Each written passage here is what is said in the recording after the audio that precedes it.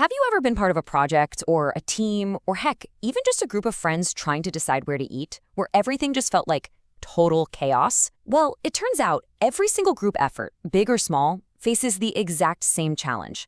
How do you get everyone organized and moving towards the same goal? So yeah, how do you do it? How do you take all of that messy, complicated human energy with everyone having their own ideas and motivations and actually channel it into something that works, something that leads to success?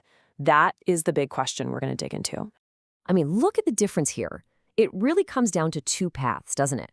On the one hand, you've got that chaos we've all felt. Projects just going in circles, good ideas getting totally lost in the noise. It's not just a waste of time, it's just plain frustrating. But on the other hand, with a good system, that same energy gets focused. A system isn't about boxing people in. It's about freeing them up to do their best work. The difference is night and day. So the solution is something called the Principles of Administration. And I know, that sounds super formal and a little dry, right? But don't let the name fool you.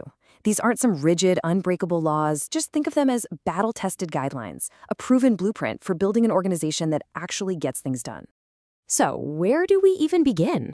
Well, like with any solid building, you've got to start with the foundation.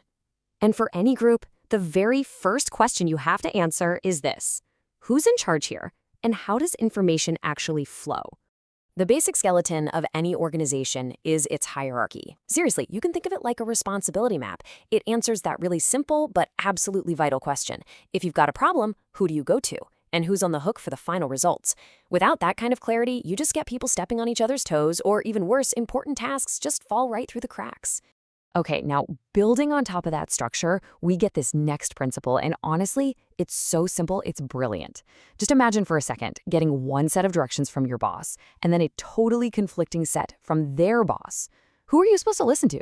Unity of command solves that whole mess. It just says every single person reports to only one leader. Boom, confusion gone. Now this next idea is really interesting because it's all about balance. Span of control is about finding that sweet spot. How many people can one manager realistically guide and support well? If they have too many people, quality just tanks. But if they have too few, the organization gets all bloated and inefficient. It is a really critical balancing act. So you see how these two principles are like the pillars of our foundation? Unity of command gives you that crystal clear communication. And span of control makes sure that a manager's time and energy is actually effective, not spread way too thin. You put them together, and you have the bedrock of a really stable structure. Okay, so we've got a solid structure, a skeleton. That's great. But, a skeleton can't exactly run a marathon on its own. So how do we turn this static frame into a living, breathing, productive engine? The answer is delegation. This is the spark that really ignites the whole engine. It's about leaders trusting their teams enough to give them not just tasks, but real responsibility and the power to make decisions. This is how you empower people. This is how you stop leaders from becoming the bottleneck for every single thing. And doing it right is so important. It's not just about saying, hey, go do this. It's a three-part deal. First, you assign the responsibility. Then, and this part is huge, you have to actually grant the authority they need to get the job done. But, and you can't forget this last piece, you have to ensure accountability. Giving someone authority without accountability, that's just a recipe for disaster. So, having a bunch of empowered people is awesome, but it's only half the story. I mean, think about it. You can have the best marketing team in the world and the most brilliant engineers, but if they aren't talking to each other, you're going to end up with a killer marketing campaign for a product that's 6 months from being ready. Coordination is the art of making sure all those moving parts are in sync, turning all that separate effort into one big win. And finally, to keep that engine running smoothly, you need good supervision. Now, I know what that word sounds like, but we're not talking about micromanaging. It's not someone hovering over your shoulder.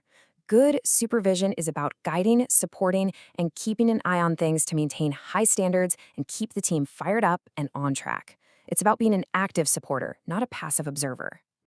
So, our organization is built. The engine is humming, we're picking up speed. But how do we keep the whole thing from flying off the rails? Well, we need guardrails, the rules and the metrics that make sure we're actually heading in the right direction. And those guardrails really come in two main flavors. You can think of them as two sides of the same coin. On one side, you've got discipline. That's the internal compass, the shared rules and ethical standards everyone agrees to live by. Then on the other side, you've got control. That's the external check-in, where we're measuring how we're doing against our plan and, correcting course when we start to drift. You got to have both. Now, this is a classic distinction, but it is so, so crucial. Efficiency is all about doing things right, using the least amount of time, money, and effort. But effectiveness, that's about doing the right things, making sure that all our hard work is actually moving us closer to our goals. Because, let's be honest, you can be incredibly efficient at a task that doesn't matter at all. And that right there, that's the real key to long-term survival. An organization that's effective but not efficient might hit its goals, sure, but it'll burn through its people and its budget to get there. It's just not sustainable. And on the flip side, a super efficient team that isn't effective, they're just spinning their wheels beautifully, going absolutely nowhere fast. Real, lasting success is only found when you strike that perfect balance between the two.